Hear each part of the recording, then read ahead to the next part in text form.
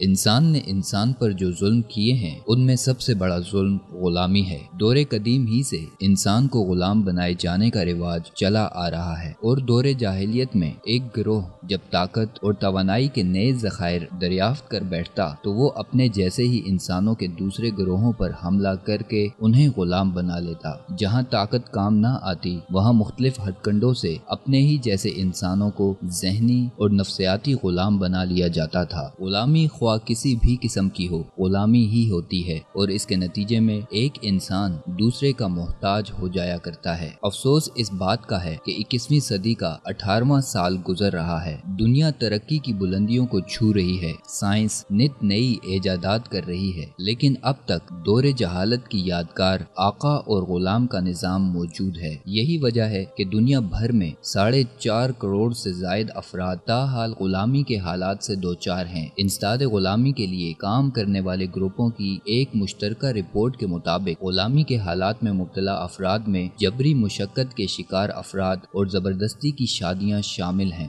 Modern slavery index کے اعداد و شمار کے مطابق جدید دور میں غلام رکھنے والے 10 ممالک میں بھارت سر فہرست ہے، جہاں 1,80,40,000 سے زائد افراد غلاموں کی سی زندگی گزار رہے ہیں، جبکہ فہرست میں چین 33,90,000 کے ساتھ دوسرے، پاکستان 21,30,000 کے ساتھ تیسرے، بنگلہ دیش 15,30,000 غلام رکھنے میں چوتھے نمبر پر ہے۔ درجہ بندی میں 5واں نمبر ازبکستان کا ہے، جہاں 12,40,000، چھٹے نمبر پر کوریا ہے جس میں 11 لاکھ، 7ویں نمبر پر روس ہے جہاں 10,10,000 سے زائد افراد تاحال غلامی کی زندگی بسر کرنے پر مجبور ہیں۔ رپورٹ میں نائجیریا 8ویں نمبر پر ہے جس کے 8,75,500، 9ویں نمبر پر موجود کانگو میں 8,73,100 اور 10ویں نمبر پر انڈونیشیا ہے جہاں 7,36,100 افراد غلاموں کی سی زندگی گزار رہے ہیں۔ انٹرنیشنل لیبر آرگنائزیشن، انسانی حقوق کے گروپ واک فری فاؤنڈیشن اور انٹرنیشنل آرگنائزیشن فار مائیگریشن کی رپورٹ میں کہا گیا ہے کہ 2016 کے دوران مجموعی طور پر 4.5 کروڑ افراد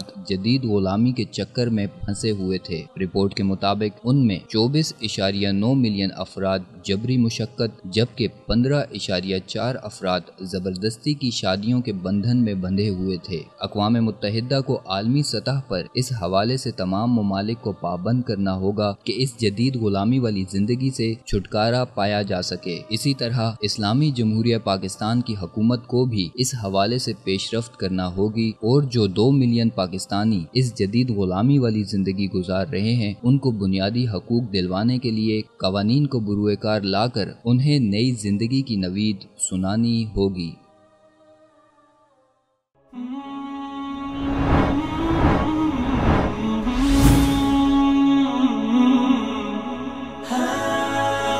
دنیائے اردو کا درخشاں ستارہ، وصال اردو۔